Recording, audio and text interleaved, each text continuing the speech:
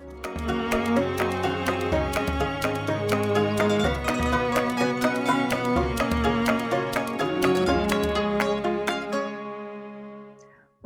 to It's a Woman's World, where we'll meet achieving women making a difference in our community. I'm Carolyn Bruna. Our guest is Amanda Lay, an advocate for the inclusion of people with disabilities throughout the state of Maryland. Welcome, Amanda. Thank you so much, Carolyn, for having me. Oh, I'm excited that you're here. Actually, you and I met at the Tally Ho Toastmasters Club in Potomac, Maryland, for people who want to improve their speaking skills. So it's been a pleasure to meet you and to invite you to the show. Amanda, I know you have cerebral palsy. Would you please tell us what type of disorder that is? Cerebral palsy is a brain injury that occurs because there's not enough oxygen that got to my brain that tells my legs, to the part of my brain that tells my legs how to walk. And that occurs either when something happens during pregnancy or when something happens during delivery. And in my case, my mom was in a serious bus accident when she was pregnant with me. And I was born 3 months prematurely. She was seriously injured and we were both in distress. And I was born 3 months prematurely. And because I was in the hospital for 3 months and very, very sick. And I was diagnosed with cerebral palsy at the age of 9 months old because mom realized that I wasn't hitting the typical developmental milestones. And she told me recently that if I hadn't been her first, she would have realized something was wrong with me. But because I was her first, she knew something was wrong with me. She just didn't know what. I'm so sorry. How did your family, and I guess particularly your mom, handle that news? My mom went back to the doctors later because they didn't say much to her. They just said, we don't really know. And after my sister was born, she realized what a typical baby was supposed to be like. My sister felt okay. My sister moved okay. So she went back to the doctors and she said, why weren't you honest with me? Because she felt like they knew more than they were telling her. And I guess she would have been able to prepare differently had she known that that was a possibility. So it was very therapeutic for her in a lot of ways, I think, to go back to them and confront them and question them about why they weren't as honest with her as they could have been. That's amazing. I'm sorry about all this. And on the other hand, you've had a wonderfully supportive family right from the start. Yes. And particularly wonderfully supportive mom. And yes. You've overcome many challenges in life. And you've also done lots of important work for people with disabilities. So I'd like to begin by telling people the jobs that you hold right now and some of the wonderful work that you've done on behalf of people with disabilities. Oh, I've had the wonderful experience, thank you, of serving on the Maryland Developmental Disabilities Council for the past 10 years. I was appointed by former Governor Martin O'Malley, and I'm in the final year of my 10-year term, and we advocate for the full inclusion of people with disabilities all over Maryland. I am also very thankful to be a support broker with Shared Support Maryland, and I support 10 people with intellectual and developmental disabilities who are on the self-directed services waiver in the state of Maryland to monitor their state budgets, and I run ads to support them in recruiting staff. Wow. You do lots more work than many people who don't have disabilities. Thank you. You have a third place you work. I'm going to hold that till the second half of the show so we can surprise people with your third job. I'd like to talk right now about a speech contest that you recently won at Toastmasters. And you said when they were questioning you at the end of the contest that you always had your family always had high expectations, for you. And what did you mean by that? It means that the expectations that they had for me weren't any different than the expectations that they had for my 3 younger siblings. They still expected me to, they had the same expectations for me as far as behavior. So I was raised from that standpoint with the same rules applied to me, the same expectations applied to me, the same standards applied to me. I was expected, like, I wasn't treated any differently because of my disability. My mom my mom and my siblings and my family did me a great service by treating me just like everybody else, because I have friends who were treated differently and special because of their disability. I guess because their parents were parenting them out of guilt. And so as a result of that, they were raised to think that the planet revolved around them, and they were raised very spoiled. And so I'm very thankful to my family for raising me and treating me just like everybody else when it was appropriate to do that. Now, obviously, in serious medical situations, it's not appropriate to do that. But in everyday life, when it is appropriate and expected to do that, my parents and my family and my siblings did that, and they did that very, very well. And I am the person that I am because of my faith and my wonderful family and my amazing friends. That's great, Amanda. It's wonderful that you have that attitude as well, and that you're happy that your family treated you like everybody else. So you're not spoiled, I know. I'm going to ask you about your schooling now. What was your elementary and middle school experience like with the cerebral palsy? What a wonderful question. In elementary and middle school, I was in a special education program, which means that the elementary school and the middle school that I went to, I was in a general education setting. So I was fully mainstreamed with my typical peers for academics, but I was pulled out and given services of physical and occupational therapy. So I was in the special education program that was in certain schools for elementary and middle school. Mm-hmm. Great. And you enjoyed those experiences? I enjoyed those experiences. I'm still friends with most of the people that I went to elementary and middle school with. They're lifelong friends that I'm still in touch with today.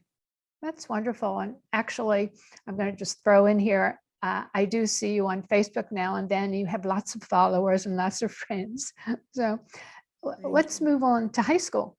And I know you made a historic milestone for people with disabilities in high school. So tell us about that, please. Yes, I was very thankful to have the opportunity to do that. When the Americans with Disabilities Act was passed into law on July 26, 1990, I was one of the first people in the history of Montgomery County with my level of severity of cerebral palsy to choose to leave the level 5 special education program and be fully mainstreamed into my neighborhood high school and go to school with my friends that I've grown up with in my neighborhood. And it was one of the most wonderful experiences that truly changed the trajectory of my life. I helped the school system and the school learn how to accommodate for me, but also I taught them a lot about how the fact that people with disabilities are just like everybody else. Because for a lot of my friends that I went to high school with at Walter Johnson High School, their only reference point for what a person with a disability was a portrayal on the media of somebody with a disability that they might have seen in a movie or on a show or read about in a book. And a lot of times that can be stereotypical and negative. And so when they saw me dealing with everyday ordinary situations at school, and they saw me with a positive attitude, and they saw me willing to overcome challenges and barriers, it gave them a more positive perspective with which to think about people with disabilities. And all of a sudden they realize that people with disabilities are no different than them. They just do things in a different way. Mm-hmm. And I imagine it allowed your friends and the people in high school to become more comfortable with people with disabilities. It sounds like you're saying, yes. I would like to think so, yes. Yeah, yeah. And you, I guess, also to become more comfortable with them. Is Yes. that true? Yeah. Yeah. Oh, good. Yeah. Let's go on. And you also went to a community college. Was that Montgomery County Community College? After graduation from high school, I earned my Associate of Arts degree from Montgomery College in Rockville, Maryland. Mm, And then I transferred to the University of Maryland, where I earned my BA in Communication Studies. mhm. Bachelor's degree in Yeah, communication studies. That I hear about that program actually, even today, even today. How many years ago was that? Am I that allowed to ask your age? Not your age, that but how many years ago? that was a long time ago. I Oh, graduated from Maryland in 2004. mm, So it's okay. been a while. Yeah, but they still talk about that degree in communications and how good it is, communication studies. I know a few people who have gone It's a through that. wonderful program, and the degree is very versatile, and you can do a lot with it. It's more broad than a regular communications degree because you can go into written or oral communications or business communications or technical communications. There's all kinds of different possibilities. Mhm. I see. Yeah, I wish I had gone to that type of a program. I really like it. Yes. It I was a guess we'll go wonderful on. experience. I'm sorry, go ahead. It was a wonderful experience. Mhm. I'm glad. I'm glad to hear about that. I think I'd like to go back to the third job that you're holding, actually. And we've mentioned the governor's development disabilities council. Is that correct? And we've Yes, the mentioned Maryland Developmental Disabilities Council, yeah. council. And who was governor at that time when you were Former appointed? Governor Martin O'Malley. Oh, yeah. Yeah. And are you still on that one? I am still on the Developmental Disabilities Council. I'm in the last year of my 10-year term. Mm. Oh, that's wonderful. I'll be going off in June. Mhm. You're going to have to write a book about that and about what you did, or at least articles. I think that'd be a great idea. That's a good thought. Other people have mentioned that to me. Oh, really? Oh, That's a great. really good thought. My Mhm. brother has suggested to me on several occasions that he thinks I should write a book someday. You should. Sounds But we'll see. wonderful. Thank you. Okay. And then which other one did we do? Shared support, Maryland, Yes, or we did. that was the My state? third job, I am a trainer and a facilitator with Project Stir through People on the Go. And basically, I help young people, young adults with intellectual and developmental disabilities to learn how to develop the skills and abilities that they need to advocate for themselves and advocate for the things they want and need. Because I believe that the ability to advocate for yourself and the things that you want and need in order to be included and successful in the world, it's a very important skill for anybody to have, but especially for somebody with challenges and differences and disabilities who might have to advocate for the things they need because it might not occur to other people that they need those things in order to be successful. And so you are your own best advocate. Mm. So it's important for me to help younger people coming after me to develop those skills so that they can be as successful and have a lot of the experiences that I've had and Yeah. the So opportunities. yeah, no, I definitely agree. Actually, I was thinking about this and about your job there and about the word that you're teaching people to advocate. And I was thinking that sounds like a wonderful class and something that could be taught to all people and to all high school students or maybe even earlier, actually. Not Absolutely. necessarily people with disabilities, but all people, don't you think? Absolutely. And it's interesting that you mentioned that because it's through the Kennedy Krieger Institute in Baltimore. And we are currently exploring the possibility of taking Project Star into the Baltimore City Public Schools and giving that training to kids in high school and middle school with various forms of disabilities because those skills are just as important and applicable at any age. They don't start and stop when you hit adulthood. So the younger that you develop them, the more time that you have to be successful with them because of those skills. So we're exploring that possibility. Oh, that sounds wonderful. And for all people, not just people with disabilities. And you had said something about uh, teaching it with kindness. And Yes, so, right. it's very important to teach those skills teach people that you can advocate for yourself in a way. And you have a wonderful memory for remembering that I said that in a recent speech. That's right. It's more important to advocate for yourself in a way that is kind and respectful and positive than it is to advocate for yourself in a way that is selfish and demanding and negative. Because if you do it in a positive and respectful and kind way, then people are more likely to be encouraged and motivated to want to help you, and you're more likely to get the end result that you want and need than you would if you were selfish and demanding and difficult about it. If you're difficult and demanding and self-centered about it, nobody's going to want to help you if you're yelling and screaming and disrespectful and don't take the time to say please and thank you. Yes, you're exactly right. And especially in today's society. Right. Amanda, let's take a break. We'll come back. We're speaking with Amanda Lay, an advocate for the inclusion of people with disabilities throughout the state of Maryland. Going to take a short break. Right here, baby. The sooner you recognize the signs of autism, the sooner you can make a lifetime of difference for your child. Start by answering a few simple questions at screenforautism.org. Welcome back. We're speaking with Amanda Lay, an advocate for the inclusion of people with disabilities throughout the state of Maryland. Amanda, we've spoken about so many wonderful successes that you have had and your jobs. You also, as we were saying at the beginning, are a member of the Tally Ho Toastmasters Club. And you held a position in that club, you said to me, but what was that position? And tell us actually what Toastmasters has contributed to your life. Toastmasters, for those that don't know, has contributed a lot to my life because it's helped me to improve and develop my public speaking skills.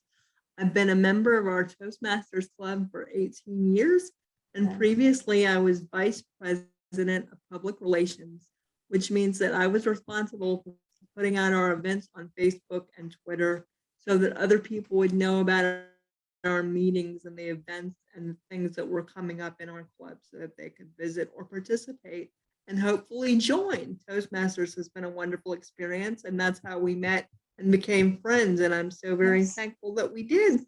Yes, and I'm a relatively new, recent member of Toastmasters. Actually, we didn't mention, can you tell people what Toastmasters is, what it's for? Toastmasters helps people to develop and improve their public speaking skills because research shows that public speaking is the second biggest fear behind death. So it helps people to become more comfortable speaking in front of groups and speaking publicly. And maybe I do a lot of speaking in my job as a support broker. So maybe even speaking professionally or before any kind of community groups or whatever civic groups they're involved with. Yeah, I agree. And it's wonderful. Today, I think people need speaking skills in order to do a good job in their job, whatever that happens to be. Don't you agree? Absolutely. Yeah. Absolutely. Yeah. A contest that you recently won from Toastmasters International, you gave a speech called Respect. Why did you call it that? I called it that, and I changed the title for the next contest, but I called it that initially because I believe that people with disabilities are often marginalized and overlooked, and that they deserve to be respected and treated with dignity and grace and treated equally to everybody else in society and in the world. And so that's why I called it Respect. But when I gave the speech again for the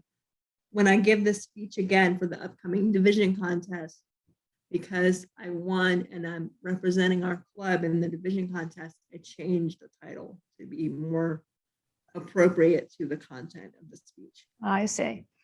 And then you were still able to keep your basic knowledge and what you wanted to impart to people, but you could change the title. Okay, sounds good. I kept the basic structure of the content, yes. Structure, yeah. Also, they had asked you about your interests and your hobbies. So tell us here, what are your interests and your hobbies? I love writing. I love going to the thrift store with my mom. I love spending time with my wonderful family. I'm an aunt to three nieces and 5 nephews. I love watching movies and listening to music and spending time with friends.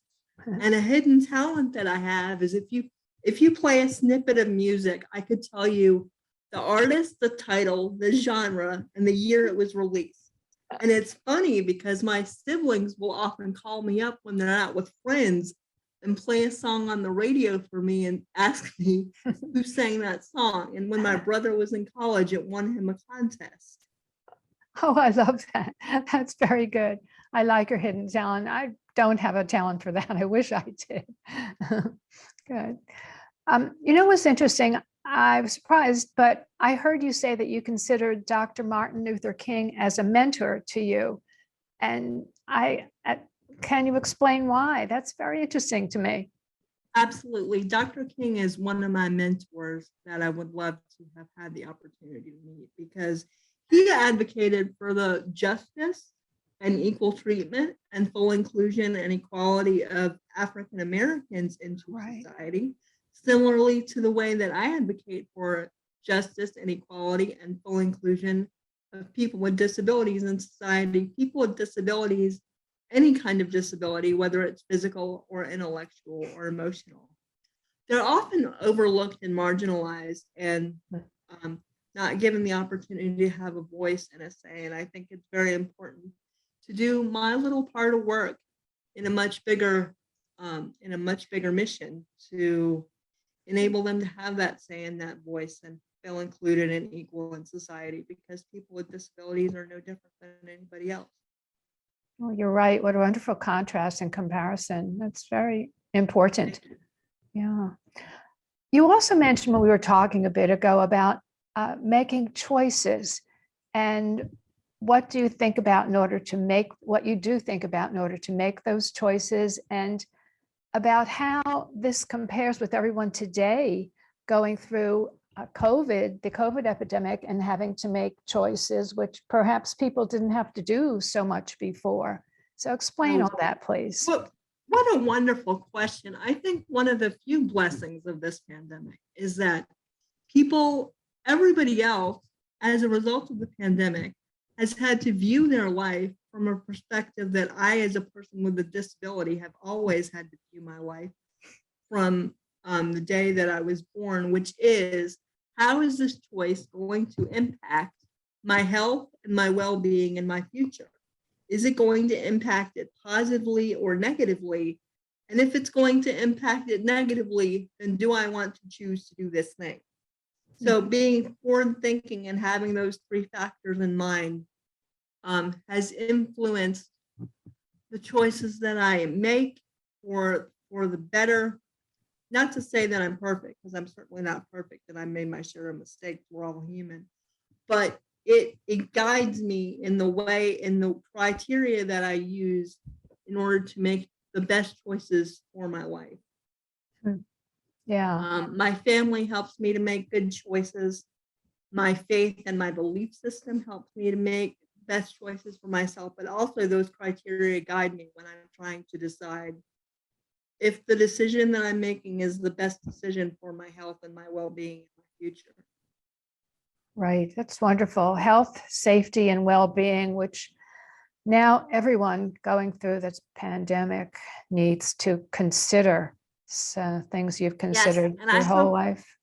I hope that the pandemic has caused us to think about life in those terms, not just during the pandemic, because eventually the pandemic will end, but I would hope that it's helped people to have a kinder, more compassionate, more thoughtful and considerate and respectful perspective about which to view themselves and other people and the world around them. That's wonderful. You have to write that in your book. You really do. Certainly. The end, this is now just a little bit of time for the end of your term for the Maryland Developmental Disabilities Council. So what are your future plans there? Do you know? I will certainly spend time with my family and my friends, but I will certainly be involved in still continue to be involved with the advocacy skills training through Project STIR, with People on the Go of Maryland through Kennedy Krieger. And I look forward to continuing my work as a support broker with Shared Support Maryland. I really enjoy helping people to live the lives that they choose and in the way that they choose, with the people that they choose, and help them navigate a complicated and confusing system, which the Developmental Disabilities Administration system can sometimes be complicated and challenging and confusing, but it's important to make it as accessible and successful for people as possible in order for it to work well. Right. There are many government facilities and things that are challenging and confusing, but they all need to be successful. Yes. Let me ask you about, what do you want people to know most about folks with disabilities?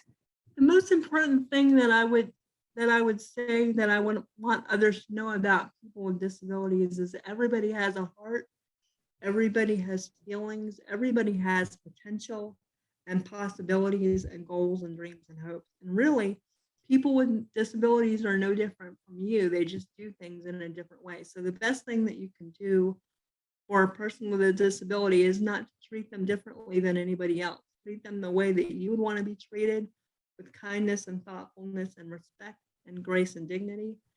And just realize that they do things differently, but they're just like you on the inside. And they deserve to be treated that way. Right. Yeah, absolutely. Absolutely. Right. You said you had a favorite quote, and I can't remember quite what is that quote again? My favorite quote is on a sign that hangs in my bedroom, and it's, "Don't limit your challenges, challenge your limits." So that means you can overcome the challenges and obstacles in your life with flexibility and perseverance and creativity and a willingness to think outside the box. There might be one solution. There might be more than one solution to a problem or a challenge or an obstacle. You just have to get creative and not be stuck in the same patterns. You have to be flexible and open-minded and creative to be successful and realize your full potential. And everybody is capable of that. Regardless of the limitation or the hard time that you're going through or the challenge that you're facing in your life, everybody is capable of being successful and growing and reaching their goals and fulfilling their dreams. Yes, I think more people need to remember that. We need a new sign to add in all of our bedrooms. Yeah. Okay. Amanda, it's been a pleasure to interview you. You're an inspiration for all of us. Thank you so much for having me, Carolyn. This was a pleasure. Thank you. Oh, you're very welcome. I hope you've enjoyed meeting our guest, Amanda Lay, as much as I have knowing her. And you've gleaned some important information about the inclusion of people with disabilities in our society. If you have ideas for a show, we'd be happy to hear them. We're Women's World TV at AOL.com. Remember, it's a woman's world. I'm Carolyn Bruna. See you next time.